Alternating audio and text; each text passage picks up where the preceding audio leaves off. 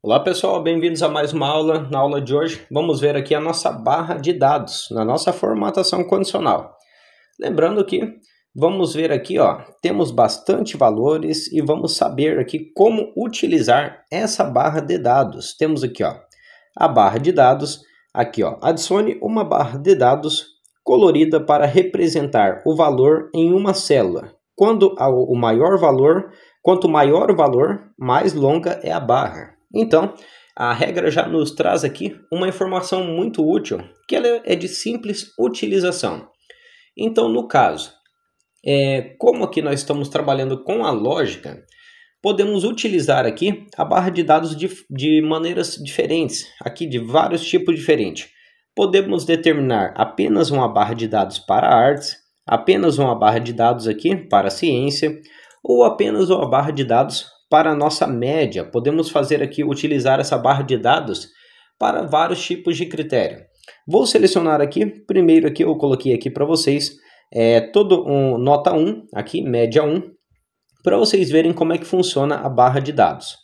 Vou determinar aqui, em formatação condicional, barra de dados, preenchimento gradual, e aqui notem que além de nós termos uma média aqui, essa barra de dados ela trouxe um resultado para a gente de 1 vezes 100%. Aqui ela trouxe para a gente também uma porcentagem de dados. Então, o número 1 somado aqui com todas essas partes aqui, ela representa 1 como inteiro. Então, no caso, se eu tiver aqui o número 2, a média minha já vai para 1,25. O meu número 2 torna a barra principal, que seja a barra dominante de maior valor.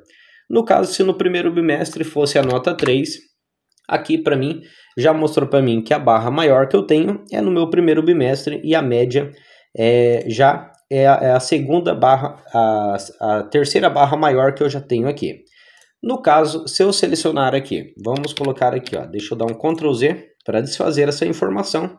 Selecionei aqui a minha média, formatação condicional, barra de dados. Vou usar aqui um preenchimento sólido dessa vez. Aqui embaixo temos várias opções.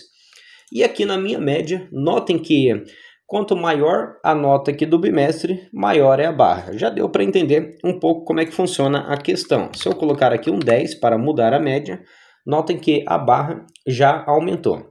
E se eu quiser somar toda essa parte aqui com a média, vamos somar aqui utilizando a nossa barra de dados. Vou colocar aqui uma cor azul.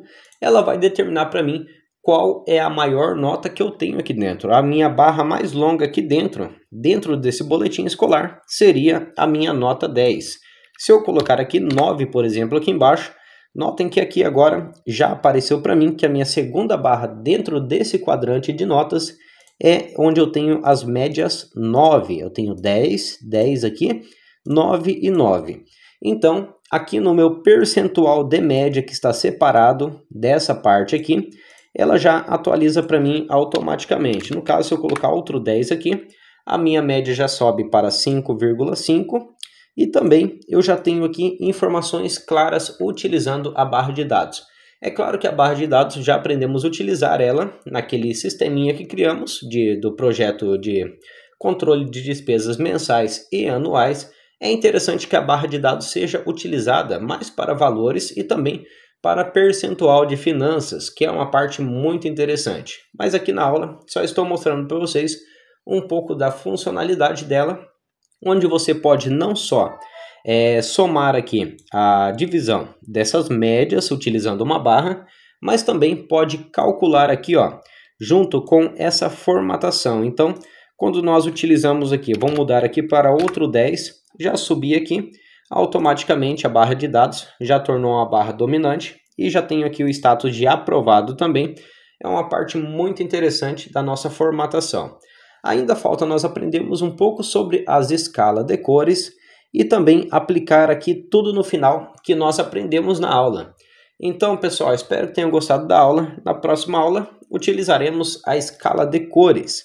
As escalas de cores, onde vamos determinar aqui, aplique uma cor gradiente de cor aqui do intervalo de células, onde a cor que indica a parte, o intervalo deve ficar maior que a célula. Então, praticamente é como se fosse uma barra de dados, só que o preenchimento sólido mostrando para você de forma simples qual que é o maior valor, qual que é o menor valor e o valor que você escolheu ali, a cor que você escolheu para o valor mais alto e também o valor mais baixo. Então, pessoal, espero que tenham gostado da aula e até a nossa próxima aula.